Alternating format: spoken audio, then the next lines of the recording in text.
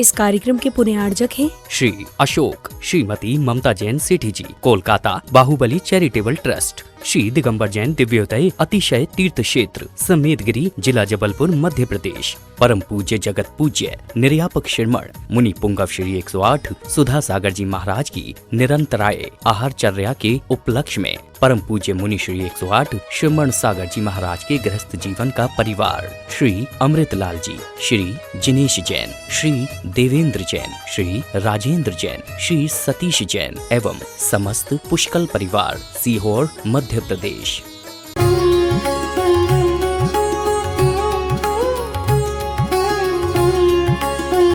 जय श्री ओम नमः सिद्धेभ्यः। जय श्री ओम नमः सिद्धेभ्यः। सर्वमंगल मांगल्यम सर्वकल्याणकारकम प्रधानम सर्वधर्माणां जैनम जयतु शासनम। जैनम जयतु शासनम। पंच परमेष्टि भगवान की जय। आचार्य श्री गुरुवर कुंद महाराज की। आचार्य श्री गुरुवर विद्यासागर महाराज की। बोले जगत पूज्य मुनि पुंगव सुधा सागर जी महाराज की।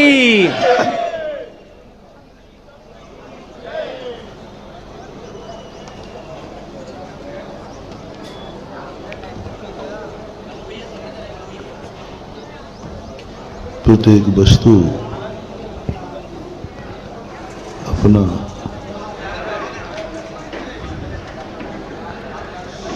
एक स्वतंत्र अस्तित्व रखती है,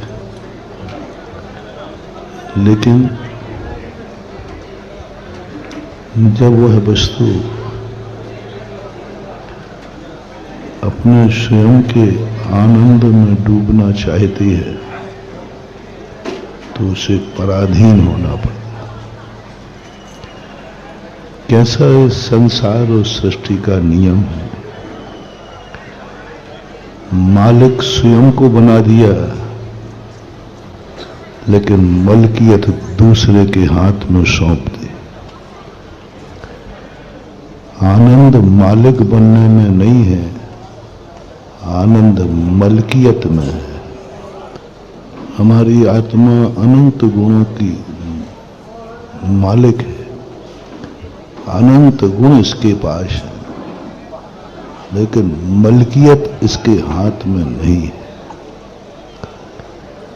जैसे घर में कोई व्यक्ति सब कुछ हो, लेकिन उसके अधिकार क्षेत्र कुछ न हो, उसकी हुकूमत कुछ न हो, उस घर में वो स्वतंत्र रूप से कुछ नहीं कर सकता, तो फिर उस घर का मालिक होना और नहीं होने से कोई मतलब नहीं होता। मलकियत की आनंद की अनुभूति नहीं होती, ये बता रहा। जैसे कोई मकान तुम्हारा हो, लेकिन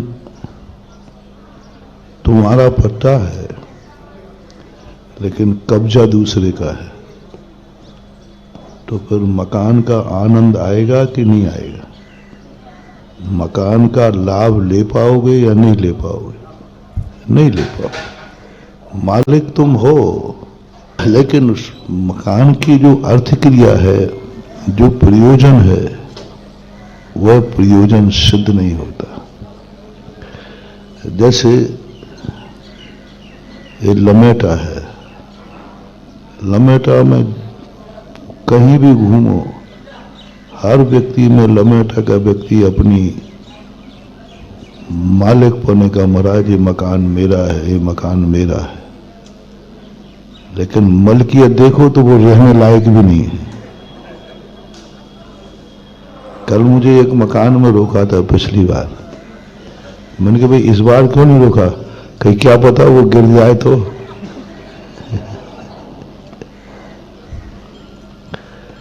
बात है कि मन का हवस है कि मैं मालिक हूं,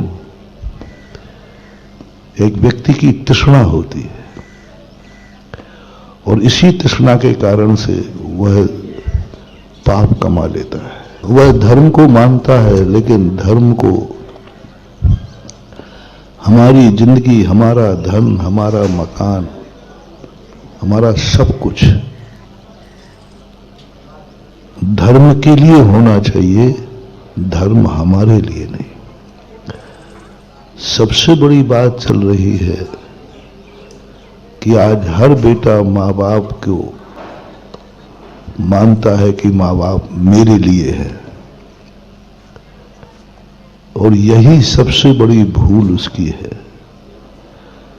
जब जब तुम्हें ये भाव पता चले, किसी भी वस्तु को संबंध में, माँ बाप से शुरू करता हूं, ये माँ बाप मेरे लिए हैं, इनकी कमाई मेरे लिए है, इनकी बसियत मेरे लिए है, बस समझ लेना तुम्हारा पुण्य क्षय हो गया और तुम्हारा डाउनफॉल उसी दिन चालू हो जाएगा। पालोगे तुम, मालिक बन जाओगे, लेकिन भोग नहीं पाओगे। मालिक बन जाओगे, लेकिन दिन प्रतिदिन तुम्हारा डाउनफॉल होते जाओ। जितने राजा महाराजा हुए, सेठ हुए, इनके बच्चे क्यों बर्बाद हो जाते?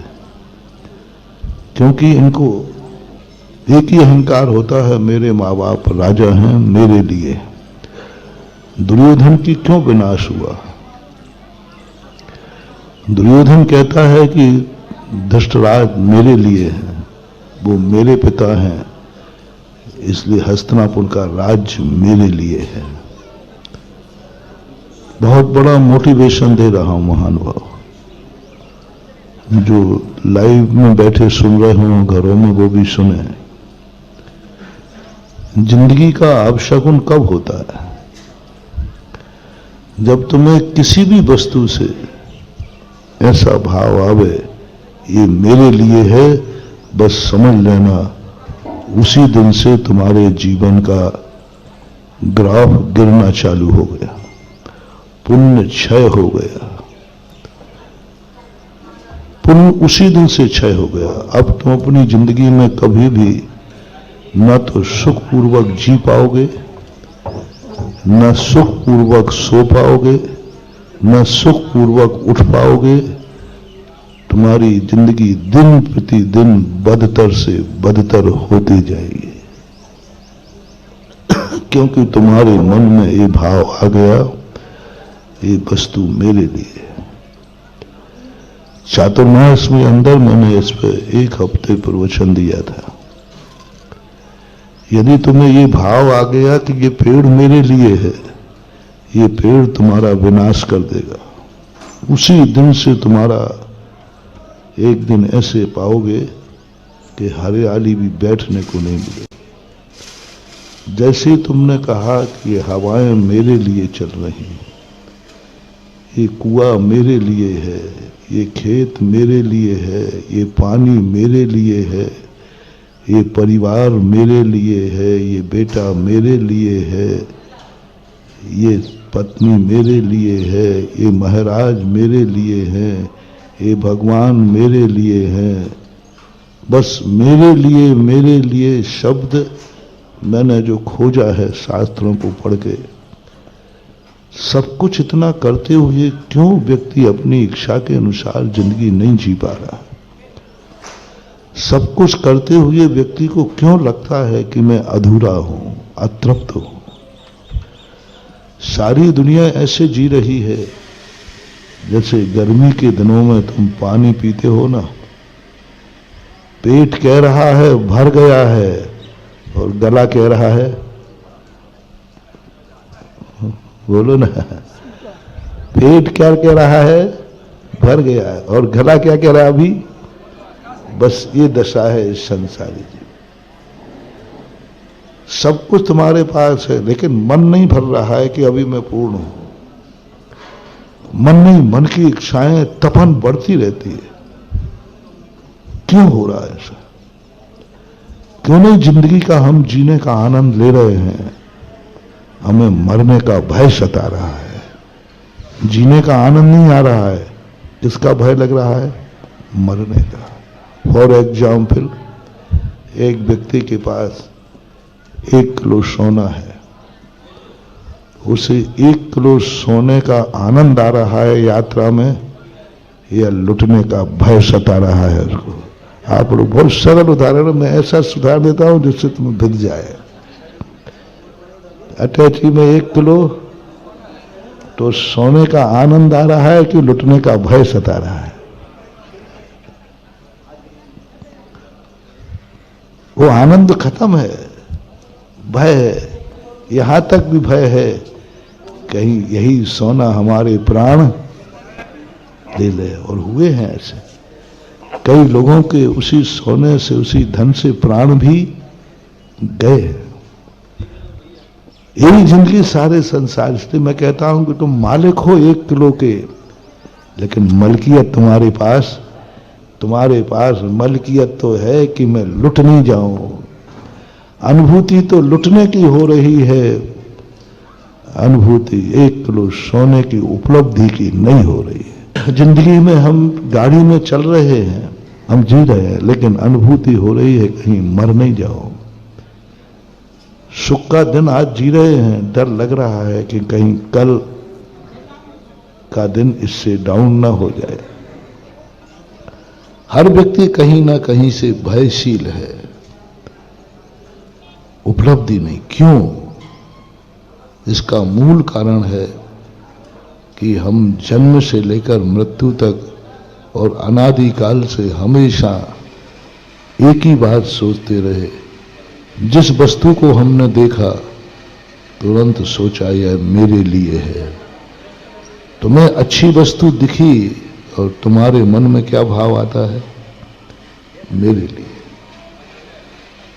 मेरे लिए मिलना चाहिए या मेरी है, 2 चीजें आई। और मेरे लिए कोई भी वस्तु तुम देखोगे तुम्हें पसंद भर आ जाए, तुम्हारा मन तुरंत कहता है ये मुझे मिलना चाहिए, ये मेरे लिए है।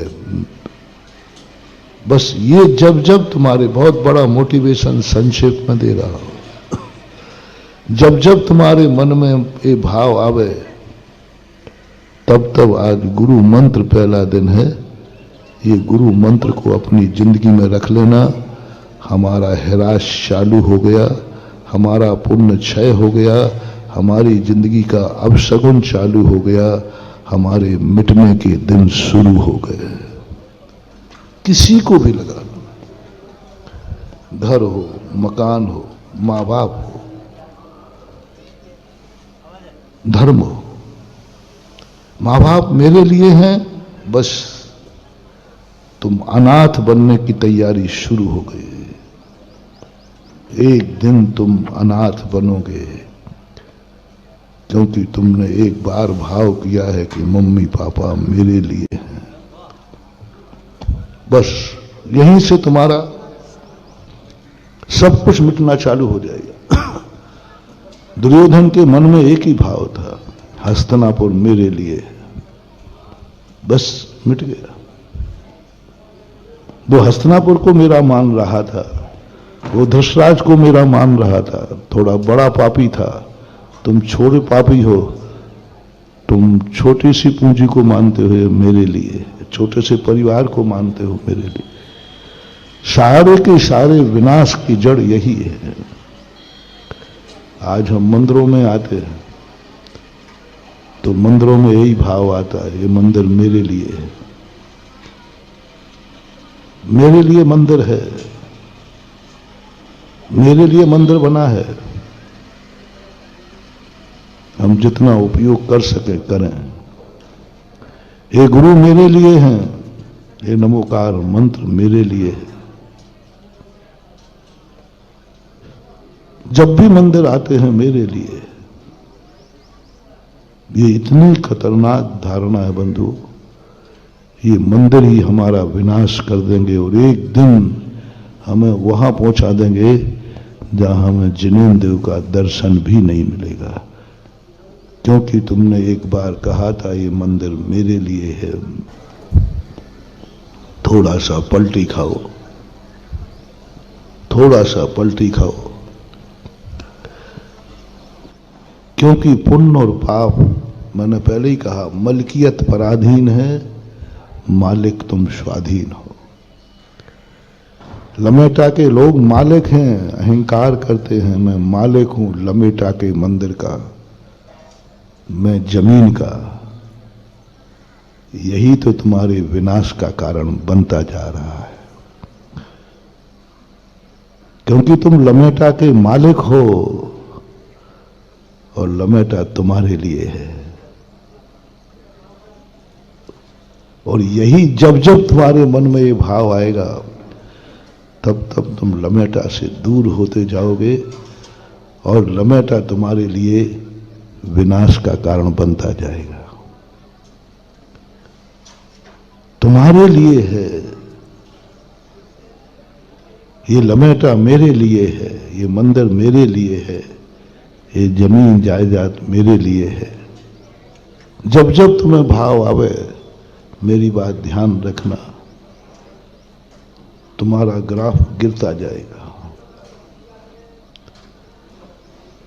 और तुम लोगों के नेचर होते हैं कि हम जितना ज्यादा धर्म से ले सकें, हम जितना ज्यादा गुरुओं से ले सकें, जितना ज्यादा हम नमोकार मन से ले सकें, लेने का प्रयास करते हैं। धर्म को तुमने साधन बना दिया है अपनी जिंदगी का, साधन बना दिया। और धर्म दर्शन शास्त्रों में धर्म को पक्ष बोलते, पक्ष को साध्य बोलते। साध्य का अर्थ जिसे साधा जाता है। साध्य जब साधन बन जाए तो विनाश है, और साध्य यदि साध्य बना रहे तो विकास है। हमने साधन बना लिया अपनी जिंदगी का मंदिर को, साधन बना लिया मंदिर की जमीन को। हमें मन में आ गया कि हम मंदिर की जमीन मेरे लिए है, सब कुछ मेरे लिए, साधन बना लिया। रावण ने यही भूल की थी, उसने अपनी जिंदगी की हवस के लिए शांतिनाथ भगवान को साधन बना लिया। नमोकार मंत्र की जाप की उसने अपने साधन के लिए, नमोकार मंत्र की सिद्धि के लिए नहीं, अपनी इच्छाओं की पूर्ति के लिए। नमोकार मंत्र को हमें सिद्ध करना है इसलिए नहीं, इस नमोकार मंत्र से हमें अपनी इच्छाएं पूरी करना है। रावण की बस सबसे बड़ी, बहुत बड़ा भक्त था रावण, लेकिन वह भक्ति का मूल कारण क्या था? भगवान की माला फेरता था।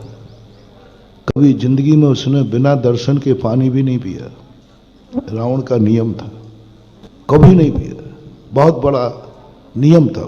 कभी भी बिना दर्शन के पानी में उपवास कर लिया भगवान का, लेकिन बस एक ही बात उसकी खूबी थी कि ये सब मेरे लिए है, नमोकार मंत्र मेरे लिए है, इससे मेरी श्रद्धा होगी, मेरी इच्छाएं पूरी होंगी, मेरी भावनाएं पूरी होंगी। हे शांतिनाथ भगवान, तुम मेरे लिए हो, मेरी इच्छा पूरी करो।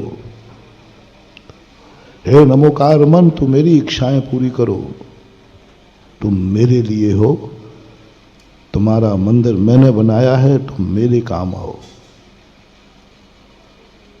इसी कारण से रावण बराबर धर्मात्मा, रावण बराबर भगवान का नाम लेने वाला दुनिया में कोई नहीं मिला। और जैसा भक्त कोई दुनिया में नहीं है, ना जैन दर्शन में, ना वैष्णव दर्शन। रावण सबसे बड़ा भक्त था भगवान का, वैष्णव में भी, जैनी में, लेकिन वह भक्ति का आनंद नहीं ले पाया। भक्त तो बना लेकिन भक्ति नहीं कर पाया, मालिक तो बना लेकिन मलकियत नहीं पाई।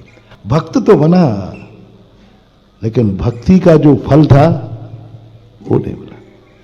क्या भगवान का भक्त कभी नरक जाता है? लेकिन कहां गया? इसका अर्थ है वो भक्त तो था लेकिन भक्ति नहीं थी, भक्ति नहीं थी, क्योंकि उसने धर्म को साधन बना लिया था कि ये मेरे लिए है। जब जब तुम्हारे मन में भाव आवे विनाश हो जाता है। रावण का देखो कैसा विनाश हुआ, जिंदगी भर कुछ भी करता रहे। ये खलनायक जो होते ना, इनमें एक ही कमी होती, बहुत पुण्यात्मा होते हैं खलनायक। खलनायक बराबर पुण्यात्मा, हीरो से भी ज्यादा पुण्य होता है खलनायक का, हीरो से भी। हीरो का पुण्य कर्म नहीं होता उदय में, खलनायक का इतना पुण्यबंध होता है, बहुत पुण्य होता है। श्री राम के पास इतनी शक्तियां नहीं थी जितनी रावण के पास। रावण बहुत था, खलनायक का स्वरूप होता, बहुत पुण्यात्मा होता है, बहुत पुण्य होता है उसका। लेकिन उसके बावजूद भी, और भक्ति होता है, कहीं ना कहीं आराधना करता है, लेकिन अपनी इच्छा की, स्वार्थ की पूर्ति के लिए। उससे कोई मतलब नहीं धर्म क्या है, धर्म मिटे तो मिटे, हमारी इच्छा पूरी होना चाहिए। धर्म बर्बाद हो तो हो, हमारी इच्छा पूरी होना। हमारे लिए क्या मिला? दूसरा दुर्गुण आप मोटिवेशन दे रहा हूं। कोई भी कार्य करते समय तुम्हारे मन में ये भाव आता, इससे मुझे क्या लाभ है, मुझे क्या लाभ है। लमेटा में सुना है कि एक संस्कारोदय तीर्थ क्षेत्र बन रहा है, और मैंने ये भी सुना है कि उसी के शिलान्यास के लिए मुझे लाया गया है। मैंने ये भी सुना है कि मैं उसी लिए आया हूं। लेकिन तुम्हारे मन में यदि एक भी भाव आ गया, ये तीर्थ क्षेत्र बनेगा, हमें क्या मिलेगा, हमें क्या लाभ है, समझ लेना उसी दिन से तुम्हारा विनाश चालू हो जाए। सबसे पास का शहर है नरेंद्र बाबू, है ना। यदि शेरपुरा भिटोनी वालों को भी ये भाव आ गया कि लमेटा में तीर्थ क्षेत्र बनेगा, हमें क्या लाभ है, तो शेरपुरा का भी विनाश हो जाएगा।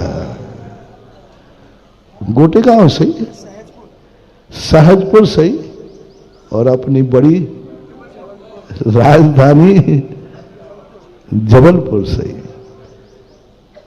और तो क्या, चलो अब तुम्हें मैंने बहुत डांट दिया ना, है ना। अब चलो तुम्हें थोड़ी शांति मिल जाएगी, वो सुधा सागर भी क्यों ना हो। हाँ, अब तो ठीक, हाँ अब ठीक है, कोई बात नहीं।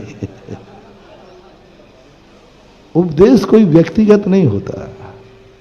धर्म में चाहे तुम हो, चाहे मैं हो, चाहे श्रावक हो और चाहे साधु हो, धर्म के नियम तो एक समान है। मुझे क्या लाभ है यदि ये भाव आ गया, तो मेरा भी नाश। मुझे क्या लाभ है, मुझे क्या लेना देना है, मैं क्यों इतना चक्कर खाऊं। लमेटा में संस्कारोदय तीर्थ बन जाए तो बन जाए, हमें क्या लेना देना है। काय को इतनी गर्मी में बिहार कर रहे, मर रहे, पसीना आ रहा है, लेना एक ना देना। तो बताओ भैया, हमें यहां से क्या लाभ है, बताओ भैया, हमें क्या लाभ है। तो बताओ, ये तो हमारा नरागढ़ होगा, और यहां हमें क्या अंतिम यही मठाधीश बन के रहना है क्या? क्या अंतिम समय का इंतजाम करने तो नहीं आया हूं मैं। तुम्हें मालूम है, सुधा सागर को, ये विद्यासागर के चेले को कोई स्थान खोजने की जरूरत नहीं है। ये जिस रास्ते में बैठ जाता है वही उसकी मंजिल हो जाती है। मुझे जीवन के ठहराव के लिए कोई एक स्थान चुनना पड़ेगा? अरे ये तो जहां कदम रुक जाएंगे वहीं ठहराव हो जाएगा, वहीं तीर्थ बन जाएगा। मैं कभी भी किसी भी स्थान पर जाता हूं, तीर्थ पे जाता हूं, सबसे पहले मन को एक ही बात कहता हूं कि मन में ये भाव ना आ जाए कि हमें क्या लाभ है। यदि ये भाव आ जाता ना, तो अभी तक मैं जिंदगी में एक तीर्थ बना पाता, लेकिन कितने बना दिए भैया। अभी 2 ही महीने का हिसाब ले लो, कटनी से देख लीजिए। बताओ भैया, कटनी से हमें क्या लाभ है? और लाभ होता तो हम बहोरी बंद काय खो आते, और बहोरी बंद से फिर कहाँ आए थे? दिव्योदय। गौसलपुर से कोई लाभ होता? सिमरनाबाद, बचैया। अब बताओ इनसे हमें क्या लाभ है? बचैया, सिमरनाबाद, सब में एक एक बड़े बड़े जिनालय बन रहे। फिर गौसलपुर आए, गौसलपुर से फिर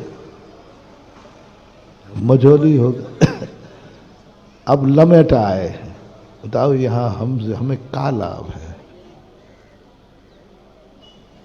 दूर दूर तक सोचो। बस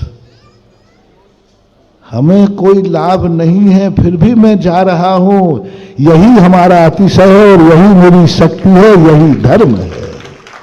अनपेक्षतार्थ वृत्ति धुनन शिल्प कर स्पर्शान मूर्जा किंपेक्षते। मैं तो पूर्व जो समंत्रबद्ध महाराज की एक एक लाइन मंत्र के रूप में स्वीकार करता हूं और जपता हूं, साधना करता हूं। समंत्रभद्र महाराज का एक एक वाक्य हमारी जिंदगी की साधना बन जाए, जाप बन जाए, ध्यान बन जाए और तद्रूप हमारा जीवन हो जाए, यही है। इसलिए अनपेक्षतार्थ वृत्ति, इसलिए महानुभाव मैं आपको संकेत दे रहा हूं, मोटिवेशन दे रहा हूं, और हमारी भाषा में कहो तो हिदायत दे रहा हूं। शास्त्र की भाषा क्या है? तो मैं समझा रहा हूं। समाज की भाषा क्या है? तो मैं मोटिवेशन दे रहा हूं। और सुधा सागर की भाषा क्या है? गुरु की भाषा होती है टेक टू ऑर्डर, हिदायत दे रहा हूं। गुरु हिदायत देता, आदेश देता है, आगाज करता है, हमारे लिए भी और आपके लिए भी। मैं प्रवचन तुम्हें ही नहीं सुनाता हूं, मैं प्रवचन खुद भी सुनता हूं, और जो बोलता हूं वो तुम्हारे ऊपर जितना लागू होता है उतना मेरे ऊपर भी होता है, मैं भी उतना ही अनुकरण करता हूं। इसलिए अपन सब एक ऐसा निर्णय करें आज की सभा में, एक विचार करें अपनी सभा में। जो यहां नहीं आ पाए लाइव में सुन रहे हैं, वो वहां बैठ के विचार करें कि तुमने जिंदगी निकाल दी इसी में कि इससे मुझे क्या लाभ है, इससे मुझे क्या लाभ है। हर वस्तु में तुमने अपनी वासना को स्थापित कर दिया, एक एक पत्ते पर स्थापित कर दिया, एक पेड़ पर स्थापित कर दिया, एक गमले पर स्थापित कर दिया। इस गमले से क्या लाभ है? थोड़ा ही सा लाभ नहीं हुआ, गमला उठा के फेंक देते हो। थोड़ा ही सा लाभ नहीं हुआ, पेड़ को उखाड़ के फेंक देते हो। थोड़ा ही सा लाभ नहीं हुआ, पानी को उठा के फेंक देते हो। थोड़ा ही सा लाभ नहीं हुआ, मंदिर छोड़ देते हो। थोड़ा ही सा लाभ नहीं हुआ, माँ बाप को छोड़ देते हो। थोड़ा ही सा लाभ नहीं हुआ, गुरु को छोड़ देते हो। थोड़ा ही सा लाभ नहीं हुआ, नमोकार मन छोड़ देते हो। थोड़ा ही सा लाभ नहीं हुआ, भाई को भी, कुछ गलत तो नहीं बोल रहा हूं, ऐसा होता है कि नहीं? थोड़ा लाभ नहीं हुआ तो भाई को छोड़ देता है। कोई लाभ नहीं हुआ तो बाप बेटा को भी, बेटा बाप को भी छोड़ देता है। कोई लाभ नहीं हुआ तो पति पत्नी को छोड़ देता है। थोड़ा ही सा लाभ नहीं हुआ तो मैंने तो यहां तक देखा है, यदि तुम्हें थोड़ा सा लाभ नहीं हुआ तो तुम मंदिर छोड़ देते हो, भगवान को छोड़ देते हो और गुरु को भी छोड़ देते हो। किस कारण से? थोड़ा बोल दो ना, अब तुम बोलो। थोड़ा सा लाभ मिलता है तो तुम तो गधे को भी बाप कह देते हो, और लाभ नहीं मिले तो बाप को भी गधा कह देते हो। कुछ गलत कहा हो तो बोल देना भैया, अभी नहीं बोल पाओ तो शाम को जिज्ञासा तो तुम कर ही सकते हो। बोलो, है कि नहीं? जब लाभ होता है तो गधे को भी कहते ना अटके पे, और जब लाभ नहीं हो तो बाप को भी गधा कहने में ये दुनिया चूकती नहीं है। पिता को भी अशुभ शब्द बोल देता है, पिताजी को इतने गंदे शब्द बोल देता है, जो दुश्मन को बोले जाते हैं वो शब्द कई बार माँ बाप को भी बोल दे। दुश्मन को बोलने वाले शब्द थोड़े से स्वार्थ की सिद्धि नहीं हो तो माँ बाप को बोल देते। तो मंदिर छोड़ दोगे, माँ बाप छोड़, तुम्हें कोई भरोसा नहीं।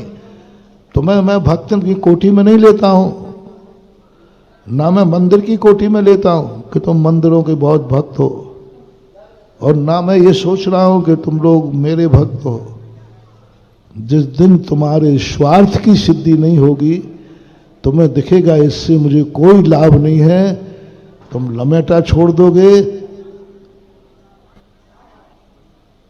छोड़ ही दिया और क्या। कहां गए लमेटा वालों, क्यों भाग गए यहां से? और महाराज जी यहां क्या रखा था? अरे महाराज चंद्रपुर भगवान थे, उनसे भी क्या मिल रहा था? देखो जो है सो है, उसको अपन नकार तो सकते। सब छोड़ दिया, भगवान रह गए। और भगवान जो कुछ भी लोग यहां टिके हुए हैं, उनका भी कोई ना कोई स्वार्थ है, थोड़ी बहुत लाग लपेट है कि ये मिल जाए, ये हो जाए, ये हो जाए, जमीन जायदाद होगी, कुछ नहीं बात। बहुत बड़ा मोटिवेशन जिंदगी का, अपनी जिंदगी का, हमारी तुम्हारी जिंदगी का, अनादिकाल का सबसे बड़ा वीक पॉइंट है कि हमारे 24 घंटे मेमोरी में भर गया है, इनसे मुझे क्या लाभ है, मुझे क्या मिलेगा। लमेटा में संस्कारोदय तीर्थ बनेगा। अब सहपुरा वाले सोच रहे हैं हमें का लाभ मैया, महाराज जी बताओ हमें का लेने देने, लमेटा वाले जाने और लमेटा का काम जाने। जबलपुर वाले भी कहते चलो जो तुम लोग सोचते हो यही मैं सोच लेता गौसलपुर में, हमें का लेने देने तुम्हारे लमेटा से, तुम जानो तुम्हारा। तो बोलो मैं यहां तक आ पाता? नहीं आ पाता, नहीं आ पाता। क्यों इतना परेशान, क्यों? मैं एक मन में विकल्प आता, क्या लेना देना हमें? बहुत सारे मंदिर बनते रहते हैं। अब करैया गांव था अभी, अब हम एक छोटा सा अंदर में चैत्यालय, हमने व्यर्थ में जाकर के आधा किलोमीटर का चक्कर लगा। का लेने देने हैं बताओ करैया? करैया में कहा पूरी तलना है क्या? का लेने देने है? कुछ नहीं मालूम। यही बस, यही पुण्य है। यदि थोड़ा सा भाव आ जाए कि नहीं ये है, तो वो पुण्य नहीं लगेगा। लेकिन करैया ग्राम के छोटे से भगवान दर्शन करने में कोई लाभ मेरे मन में नहीं था, फिर भी मैं दर्शन को गया। यही मेरा अक्षय पुण्य मुझे बंधा, क्योंकि मेरा कोई लाभ नहीं था, कोई भाव नहीं था। फिर भी चलो रास्ते में मंदिर है, कहा महाराज जी ज्यादा अंदर नहीं है, इधर से निकलोगे उधर। मैं जानता हूं तुम, गृहस्थ की एक विशेषता बताऊं, गृहस्थ कभी गुरु के सामने झूठ नहीं बोलता। क्यों बोलेगा? और कहते महाराज जी बताओ आपके सामने झूठ बोल के कि हमें मरने, हम क्यों झूठ बोलेंगे? कभी नहीं बोलता। लेकिन महानुभाव आज तक उसका सत्य भी नहीं निकला। झूठ कभी बोलता नहीं और सत्य कभी निकलता नहीं। मैं नाराज नहीं हो रहा हूं, होता भी नहीं हूं, क्योंकि उसकी पवित्र भावना है। झूठ बोलने से भी यदि गुरु के चरण पड़ते हैं तो चलता है। दुनिया तो पाप के लिए झूठ बोलती है, वो तो धर्म के लिए बोल रहा है। दुनिया पाप के लिए। कई लोग ना, तुम झूठ क्यों बोले? हमकी मत बोलो भैया, क्योंकि उसे मालूम था बिना झूठ बोले बिना बाबा जी। तुम्हें मालूम है कि यदि मैंने सही सही बता दिया तो महाराज कहेंगे नहीं नहीं फिर मैं इतनी दूर। तो वो झूठ बोलना उसका एक साधन है। किसी प्रकार गुरु के चरण पड़ जाए, शांति धारा हो जाए। और मैं भी तुम्हें जानता हूं कि मैं इतना भोला भाला नहीं हूं कि तुम्हारी बातों में आ जाऊं। मैं एक ही बात सोचता हूं, ओहो इसकी भावना कितनी पवित्र है कि गुरु ले जाने के लिए झूठ भी बोलने को तैयार है। जब ये इतना बड़ा रिक्स उठा सकता है तो 4 कदम का चक्कर सही, मैं भी दर्शन करने चलता हूं। ये रिक्स है। गुरु के सामने झूठ बोलना बहुत बड़ी रिक्स है, लेकिन वो गुरु को पाने के लिए वो रिक्स भी उठाने को तैयार है। तो फिर हम भी सोचते हैं कि चलो भाई चलते हैं हो जाता है। यही स्थिति मार्त। अब थोड़ा सा अपन आज का प्रवचन नकारात्मक दृष्टि से शुरू हुआ, नकारात्मक सोच से शुरू किया, अपने अंदर की बुरी नीयत को उद्घाटित किया। अपना विकास क्यों नहीं हो रहा है इतना सब करने के बावजूद, उसका हमने मूल सूत्र पकड़ा कि हमारी हर चीज में क्या नियत बन गई है, इससे हमें क्या लाभ है। याद कर लेना, ये मोटिवेशन सूत्र रख लेना। ये जब जब जिंदगी में तुम्हें ये भाव आवे कि मुझसे इससे कितना क्या लाभ है, वहीं तुम्हारा डाउनफॉल चालू हो गया। दूसरा पॉइंट जो प्रारंभ में दिया क्या है, यह मेरे लिए है, यह मेरे लिए, यह बन जाएगा तो हमारा ये हो जाएगा, हमारा ये हो जाएगा, तीर्थ बन जाएगा तो लमेटा का नाम हो जाएगा, ये हो जाएगा XYZ। जैसे लोग बड़े बड़े लोग जमींदार होते ना,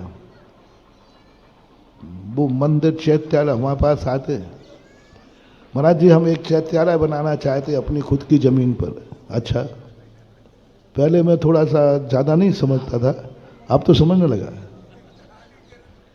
वो चैत्यालय नहीं बना रहा है, सही बोलो, चैत्यालय बन जाएगा तो जमीन के लेट बढ़ जाएंगे। झूठ तो नहीं बोल रहा हूं। ऐसा भाव भी आ सकता है कि नहीं? आता है।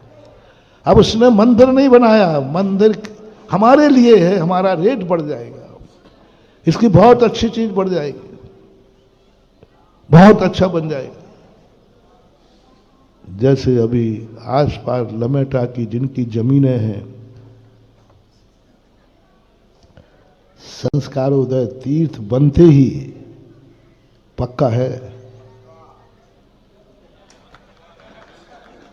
ले लो रे लमेटा क्षेत्र के चारों तरफ की जमीनें ले लो, ले लो, ले लो, अभी सस्ती मिलेंगी। जैसे ही 5 साल बाद इसका भव्य रूप आएगा, यहां तुम्हें इंची टेप में नाम की जमीन मिलेगी, इंची टेप में मिलेगी। अच्छा महाराज ये बात है, अब तो हम भावना भाएंगे कि लमेटा क्षेत्र जल्दी बन जाए। बन जाएगा तो ये मेरे लिए है, मेरे लिए है एक अभिशाप अपनी जिंदगी का। इससे मुझे क्या लाभ है? ये 2 चीजें यदि तुम्हारी जब जब आवे, मन में, वचन में, काया में, तब तब तुम अपना स्पष्ट मान लेना, हमारा पुण्य क्षय हो रहा है, हमारे मिटने के दिन आ रहे हैं, हम बहुत दुख में जाके संकट में पड़ेंगे, क्योंकि मेरे मन में ये 2 खतरनाक विचार आए। अब लीजिए, अब इसको पॉजिटिव करते हैं, घर से शुरू होते। आज से कोई भी मेरा भक्त बेटा ये नहीं कहेगा कि माँ बाप मेरे लिए है, सोचेगा भी नहीं। आज सुबह से उठ करके एक ही बात कहेगा, मैं माँ बाप के लिए हूं। ज्यादा अंतर नहीं कर रहा हूं, माँ बाप मेरे लिए नहीं, मैं माँ बाप के लिए, बस। पोबारा जाओ, तुम्हारी जिंदगी में ऐसे माँ बाप मिलेंगे कि तुम्हारे कंधे पर तुम्हारे बाप की भी अर्थी नहीं निकलेगी। तुम जब तक घर में रहोगे बाप भी नहीं मरेगा। ऐसी आत्माएं हैं। तीर्थंकर ऐसे ही होते।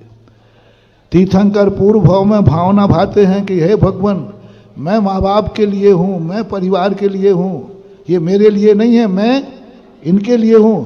ये परिणाम का परिणाम ये निकलता है, तीर्थंकर लाखों वर्षों तक घर में रहते हैं, लेकिन ना दादा की मौत होती है ना पापा की मौत होती है। तीर्थंकर के कंधे पर कभी बाप की अर्थी नहीं निकलती। लाखों वर्षों तक 83 लाख पूर्व तक ऋषभदेव रहे, नाभि राय मरु देवी जिंदा रही। नहीं मर सकती, नहीं मर सकती। अनाथ नहीं हो सकता बालक, क्योंकि उसने भावना भाई थी, माँ बाप मेरे लिए नहीं, मैं माँ बाप की वसीयत मेरे लिए नहीं, मेरी कमाई माँ बाप के लिए है। बिल्कुल आप उल्टे ही बोल रहे हो। पता नहीं कल क्या पिपरैया वालों ने कौन से कुएं का पानी पिलाया। हम लोग तो यही सोचते कि माँ बाप की वसीयत हमारे लिए है, और मैं क्या कह रहा हूं, नहीं नहीं महानुभाव, भावना भाव, हमारी जितनी भी कमाई है सब माँ बाप के लिए है। और दूसरा, मेरे से माँ बाप से मुझे क्या लाभ है ये नहीं, मेरे से माँ बाप को क्या लाभ है, मैं क्या लाभ दे सकता हूं, मैं क्या लाभ दे सकता हूं। इसी प्रकार पेड़ पौधे को भी मैं कई बार कहता हूं, ये मत सोचो ये पेड़ मुझे क्या देगा, ये सोचो मैं पेड़ को क्या दे सकता हूं। पानी, खाद, मैं क्या दे सकता हूं। तुम सोचते हो ये पेड़ मुझे क्या दे सकता है, बस यही अभिशाप है। और पेड़ को देखकर ये भाव आ गया, इस पेड़ को मैं क्या दे सकता हूं, पानी दे सकता हूं, खाद दे सकता हूं, अच्छा कर सकता हूं, सुरक्षा दे सकता हूं। जाओ, वो पेड़ तुम्हें वरदान सिद्ध हो जाएगा। जब भी तुम घर से बाहर निकलोगे वो पेड़ दुआ करेगा, मेरा उपकारी सलामत घर लौट के आए। पेड़ से दुआ मिलेगी तुम्हें, एक पेड़ करके देख लेना। मात्र इतना सा करना है, इस पेड़ को मैं क्या दे सकता हूं, पेड़ के लिए मैं क्या काम कर सकता हूं, मैं कितना काम आ सकता हूं। जो भी तुम दे सको वो पेड़ तुम्हारा हो गया। अब तुम बाहर जाओगे, वो वहां बैठा बैठा दुआ देगा, मेरा मालिक सकुशल लौटे, मेरे मालिक पे कोई संकट नहीं आए। ये एनर्जी देगा पेड़। वास्तु में एक एक कण की एनर्जी लिखी है। ये पेड़ तुम्हारा इंतजार करेगा, तुम्हें दुआ देगा, जाते ही दुआ देगा, जाओ सफल होकर लौटो। ऐसे ही महानुभाव मंदिर, ये तीर्थ क्षेत्र बहुत फलेगा। अब पॉजिटिव बोल रहा हूं। अभी क्या बोला, ये तीर्थ क्षेत्र, ये मंदिर तुम्हारा नाश कर देंगे। तुम्हारे मन में ये दो भाव आ जाएं कि मेरे लिए और मुझे क्या लाभ है। अब उल्टा करो, जिसके मन में ये भाव आ जाएगा, लमेटा वालों कान खोल के सुनो, शेपुरा वाले भी सुनो, आसपास के लोग भी सुनो, संस्कार धानी वाले भी सुनो, सुधा सागर भी सुने। मैं अपना नाम इसलिए लपेटता हूं, तुम्हें शांति रहती है उससे। नहीं तो तुम सुनो, बहुत बड़ी बात है मानो। एक ही बात सोचना है अब आपको, मैं इतना बड़ा तीर्थ क्षेत्र बन रहा है, मैं किस काम में आ सकता हूं, मेरे से क्या लाभ मिल सकता है इस क्षेत्र को, मैं क्या कर सकता हूं। मेरा जन्म लमेटा में आज के दिन के लिए हुआ था, इसलिए मेरा लमेटा में जन्म हुआ था, इसलिए मैं कोरोना में नहीं मरा, क्योंकि मैं संस्कारोदय तीर्थ क्षेत्र के लिए काम का था। मर जाता है कहीं तो भाई, मरे हैं कि नहीं लोग, अपन भी मर सकते थे कि नहीं, मर। मैं तो कह लूं, मेरे से पूछो, महाराज भी मरे हैं 2-4, मैं भी मर सकता था, लेकिन मैं कैसे मरता, मैं तो संस्कारोदय तीर्थ क्षेत्र की स्थापना के बहुत काम का साधु था। मेरे लिए लमेटा से कुछ नहीं मिलेगा, लेकिन मैं लमेटा को सब कुछ देने की योग्यता रखता हूं। यह मेरा सौभाग्य है। मुझे नहीं मिले इसका मुझे कोई विकल्प नहीं है ही नहीं, मुझे चाहिए भी नहीं,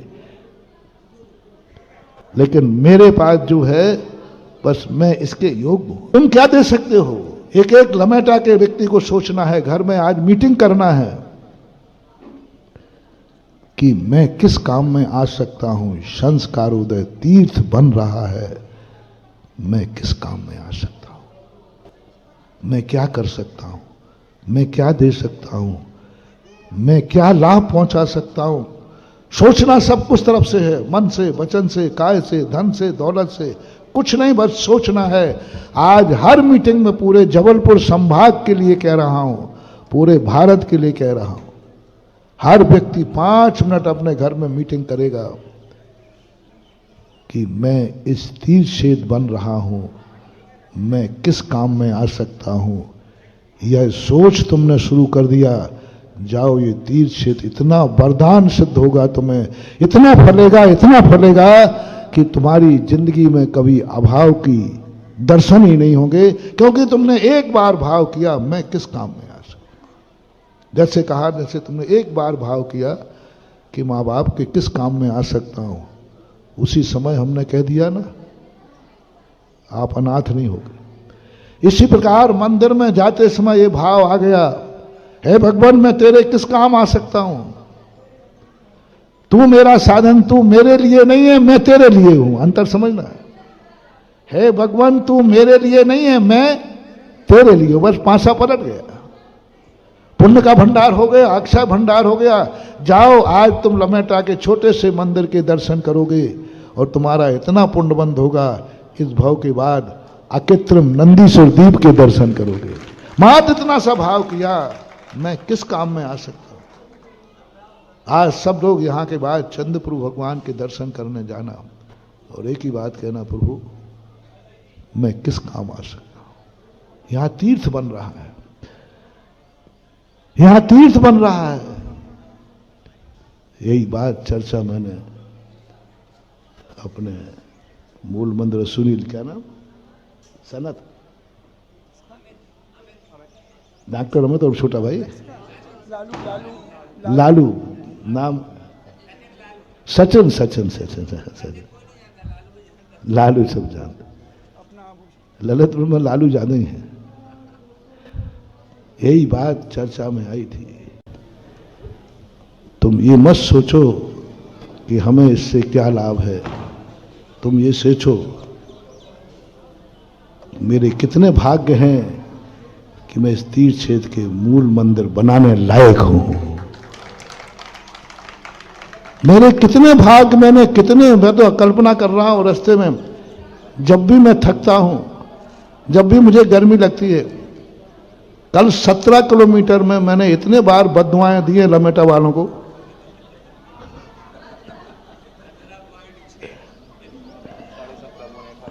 इन लोगों ने कल 17 किलोमीटर चला हूं, गर्मी 17.5-18, बोलो गर्मी थी कि नहीं? बहुत थी, लेकिन चिंता मत करना, तुम्हें बददुआ नहीं लगेगी, क्योंकि लालू की याद आते ही मेरे मन में भाव आया कि देखो उस परिवार का धन्य, देखो कितना पुण्य, तीर्थ क्षेत्र का मूल नायक मंदिर मेरे हाथ से बनेगा। इसकी मां, इसका भैया, कोई दूसरा शब्द ही नहीं बोला। जैसे चर्चा हुई, लालू तो एक ही बार कहता है, क्या महाराज मैं इतने योग्य हूं? मैं योग्य हूं आपकी दृष्टि में, भगवान की दृष्टि में। आहा, महानुभाव, भगवान के सामने बस महानुभाव, गुरु के सामने। जब पहली बार गुरु ने मैं बहुत छोटा आदमी पहले भी था, आज भी हूं, लेकिन जब गुरु ने मुझे चयन किया, गुरु ने कहा, एक ही दिन आया मैं, आज आया था मैं भगवान महाराज के दर्शन करने, तीर्थ क्षेत्र की वंदना करने जा रहा था। चलो गुरु से आशीर्वाद ले लें। अपने यहाँ तो कोई भी काम शुरू करने के पहले पूज्य आचार्य श्री का बच्चों में स्वभाव था, हम भी बच्चे ही थे। चलो आचार्य श्री का आशीर्वाद लेते। आचार्य श्री ने देखते ही कहा, तुझे ही तीर्थ बना दूं तो? मैं पागल हो गया। मैं अकिंचित व्यक्ति, मैं कुछ भी नहीं हूं। गुरु की दृष्टि में मैं इतना योग्य हूं? एक 21 साल का बालक की क्या औकात होती बताओ भैया, जो धर्म से कुछ नहीं जानता। मैं नमोकार मंत्र का अर्थ भी नहीं जानता, मुझे कुछ नहीं, मैं संसार का सबसे बड़ा अपने आप को मूर्ख मानता था। धर्म के क्षेत्र में बिल्कुल जीरो, और डबल जीरो लगाओ तो कोई आपत्ति नहीं। और गुरु ने कहा, मेरे पसीना निकाला, क्या मैं इसके योग्य हूं? क्या मैं दीक्षा के योग्य हूं? और ये और बोल दिया, परसों दीक्षाएं हैं। अरे कुम्हार पहले माटी लाएगा, गारा बनाएगा, करेगा, फिर बाद में बनाएगा। यहां तो सीधा हवा में रखना है, सीधा। बस महानुभाव, गुरु की दृष्टि में जो योग्य हो जाता है, बस वो याद। इसने कुछ नहीं बोला, क्या महाराज मैं इसके योग्य हूं? और जब आपकी दृष्टि में योग्य हूं, तो अब दुनिया की कोई ताकत मुझे अयोग्य सिद्ध नहीं कर सकती। महानुभाव, गुरु की दृष्टि में कभी तुम किसी कार्य के योग्य हो जाओ, किसी भी कार्य को तुम बिल्कुल अपने आप में असमर्थ मानते हो, तुम उस लायक हो नहीं, लेकिन कभी बाप तुम्हारा तुमसे कुछ कहे तुम इस कार्य के योग्य करो, तो अयोग्य होकर के चल पड़ना, तुम नियम से सफल होगे। क्योंकि बाप ने तुम्हें, यदि गुरु ने तुम्हें योग्य मान लिया है और गुरु ने कुछ कहा है, बस उस समय के बाद कुछ सोचने का मौका नहीं। यदि तुमने गुरु की दृष्टि पहचानने के बाद तुमने कहा नहीं मैं इसके योग्य नहीं हूं, तो आप उसी दिन से डाउनफॉल हो जाएगा और आप अयोग्यता की तरफ गिर जाएंगे। अभी तो अयोग्य नहीं थे, लेकिन अब जरूर अयोग्य बन जाए, क्योंकि गुरु ने जाना योग्य और हमने कह दिया नहीं मैं योग्य नहीं हूं, तो हमारा डाउनफॉल चालू हो जाएगा। अब हमारे पास योग्यता होगी तो वो भी नष्ट हो जाएगी। मैं योग्य हूं इसके लायक? मैंने कहा, साधु की आंख अयोग्य पर नहीं उठती है, साधु का हाथ अयोग्य पर नहीं उठता, साधु का वचन अयोग्य को नहीं निकलते। तुम मेरे पास बैठे हो, यही योग्यता तुम्हारी है। साधु के पास अयोग्य व्यक्ति बैठ ही नहीं सकता। जब डॉक्टर आया इनका भाई, उसने भी, महाराज जी मैं कौन होता हूं? ये है, बस एक आनंद की अनुभूति करो, मेरे यहां छेद बन रहा है, मैं मूल नायक मंदिर बनाने के योग्य, मैंने कितने जन्मों में पुण्य किया होगा जब मैं योग्य मंदिर बनाने के योग्य हो गया। मैं ये जो अनुभूति है, यही एक दिन जाकर के चक्रवर्ती बनाएगी।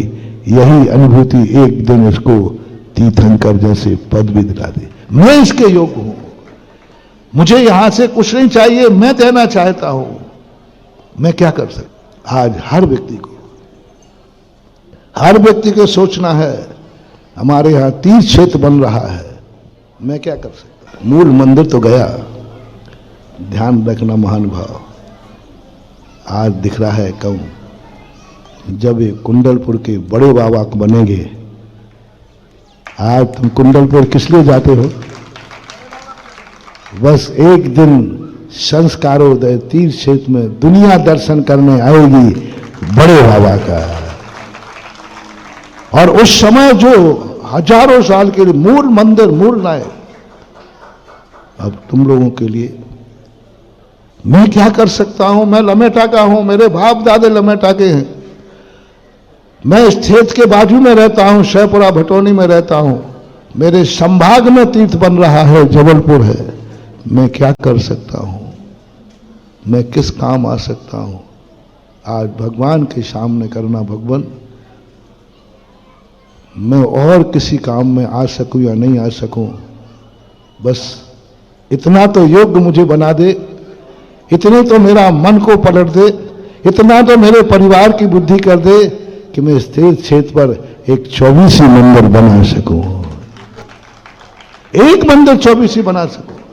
कोई साधारण 24 नहीं होगी यहां, तुम समझना, पीछे तो बन के आइए।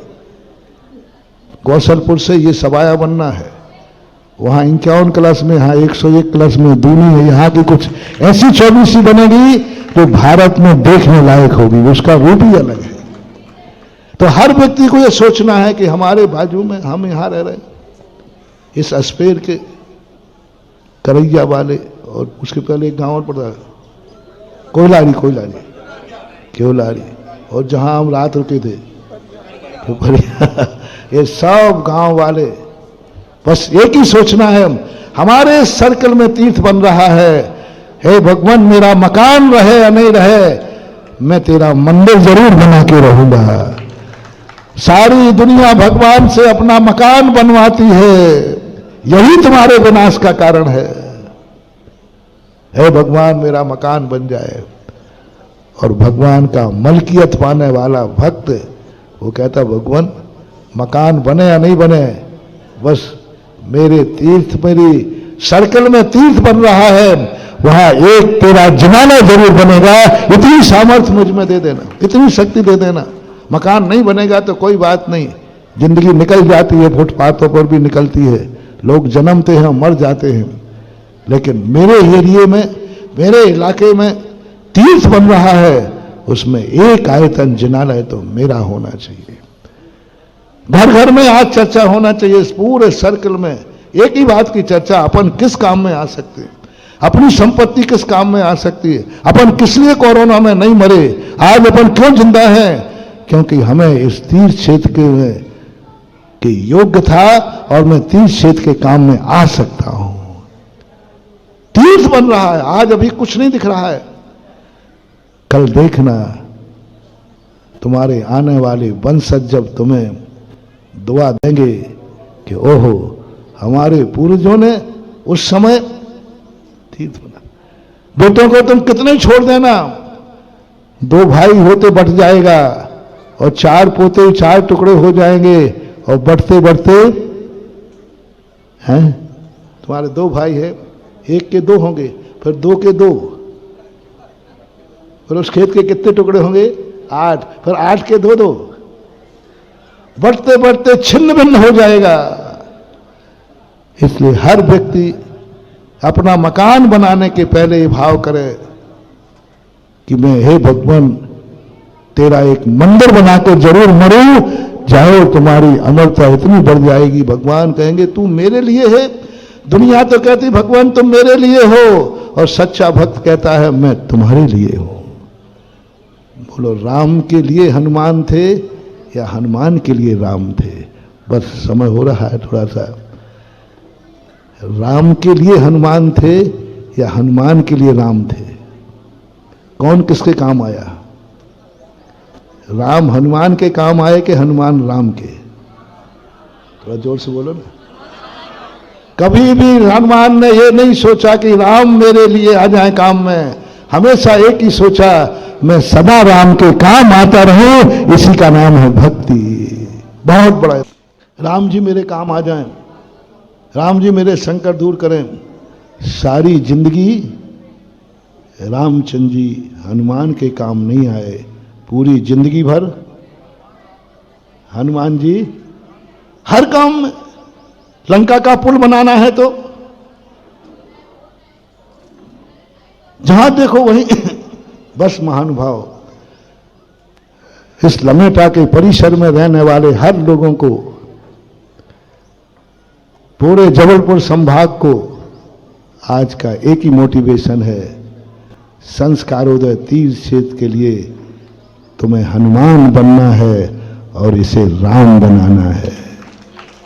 मैं किस काम में आऊंगा, मैं क्या कर सकता हूं, मैं क्या दे सकता हूं। लेने की मत सोचो कि मैं इस क्षेत्र से क्या ले सकता हूं। जितना चूसना चाहो चूसो क्षेत्र को। लेना चाह रहा, हर व्यक्ति लेना चाह रहा, यही तुम्हारे विनाश का कारण बनेगा। और जिस दिन तुम सोच लोगे मैं क्या दे सकता हूं, मैं क्या कर सकता हूं, मैं एक बनाऊंगा यहां पर एक जिनाला भगवान आपका। जब मंदिर बनेगा, तीर्थ बनेगा, तो भाव करना, साधु संत आएंगे, मैं बनाऊंगा एक संतशाला। संतों से तुम्हें क्या मिलेगा ये नहीं कह रहा हूं, संत को तुम क्या दे सकोगे, क्या कर सकोगे। और यह बात यदि तुम्हारे मन में आ गई तो जाओ, आज से ही यह तीर्थ क्षेत्र तुम्हें फलना चालू हो जाएगा। बस जब जब तुम्हें एक विचार करना, आज का मोटिवेशन मंत्र है आज का। आज तुम्हें 24 घंटे 3-4 दिन जो कुछ भी हैं, शायद कार्यक्रम 25 का है, 25 तारीख को यहां एक स्वर्णांकित शिला की स्थापना होगी। ये माटी तीर्थ बनेगी। मैंने कल कहा था ना कि ये माटी थी, ये खेत था, ये मात खेती के काम की थी। पिछले बार सम्मेद शिखर की माटी को स्पर्श करा के गया था। उस माटी को, इस काली माटी को तीर्थ बनाने में 3 साल लग गए। और 3 साल में मुझे संदेशा दे दिया, आओ महाराज, अब मैंने इस खेत को भी तीर्थ बना दिया है, अब मंदिर की शिला रखी है। वो स्वर्ण दिन, वो स्वर्णांकित दिन, वो ऐतिहासिक दिन, तीर्थ की स्थापना का दिन, रविवार 25 तारीख, 25 तारीख की प्रातः काल की वो इंतजार की बेला। ये 4 दिन आपको मिल रहे हैं, पूरे सर्कल को दे रहा हूं, पूरे जबलपुर को, पूरे सर्कल को, शहपुरा भटोनी को, लमेटा वालों को, आसपास के गांव वालों को। बस एक मीटिंग करना है अपने घर में, हर व्यक्ति को, इस क्षेत्र में मैं किस काम में आ सकता हूं, इस क्षेत्र पर मैं क्या कर सकता हूं, इस क्षेत्र को मैं क्या लाभ पहुंचा सकता हूं, क्षेत्र से क्या लाभ मिलेगा। ये बेटा भाव भी मत करना, मत करना, मत करना।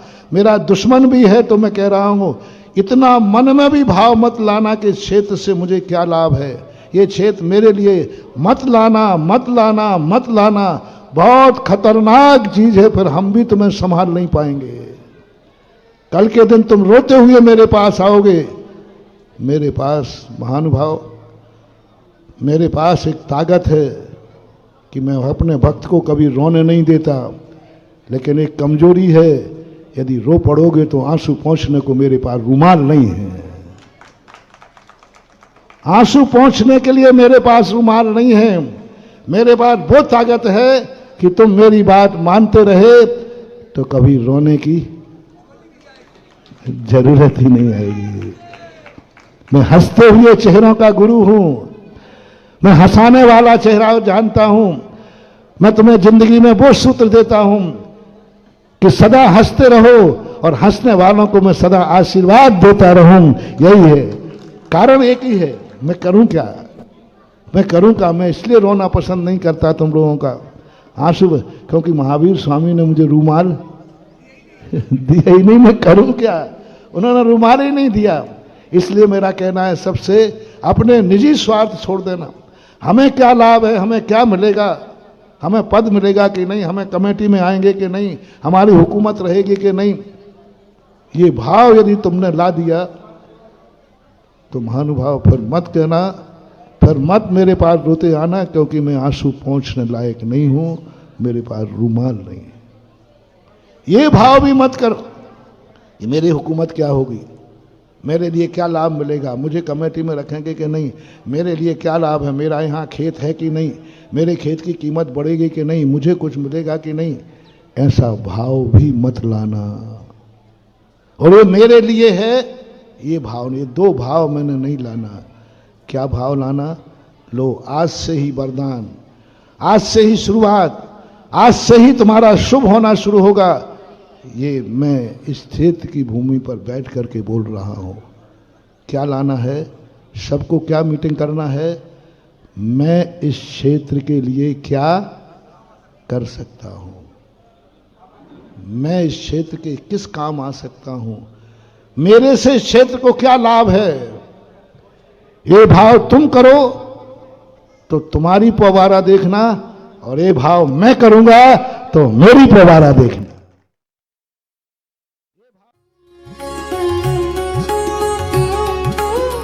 इस कार्यक्रम के पुण्यार्जक थे श्री अशोक श्रीमती ममता जैन सेठी जी, कोलकाता बाहुबली चैरिटेबल ट्रस्ट। श्री दिगंबर जैन दिव्योदय अतिशय तीर्थ क्षेत्र, समेतगिरी, जिला जबलपुर, मध्य प्रदेश। परम पूज्य जगत पूज्य निर्यापक श्रीमण मुनि पुंगव श्री 108 सुधा सागर जी महाराज की निरंतराय आहारचर्या के उपलक्ष्य में परम पूज्य मुनि श्री 108 श्रीमण सागर जी महाराज के गृहस्थ जीवन का परिवार श्री अमृतलाल जी, श्री जिनेश जैन, श्री देवेंद्र जैन, श्री राजेंद्र जैन, श्री सतीश जैन एवं समस्त पुष्कल परिवार, सीहोर, मध्य प्रदेश।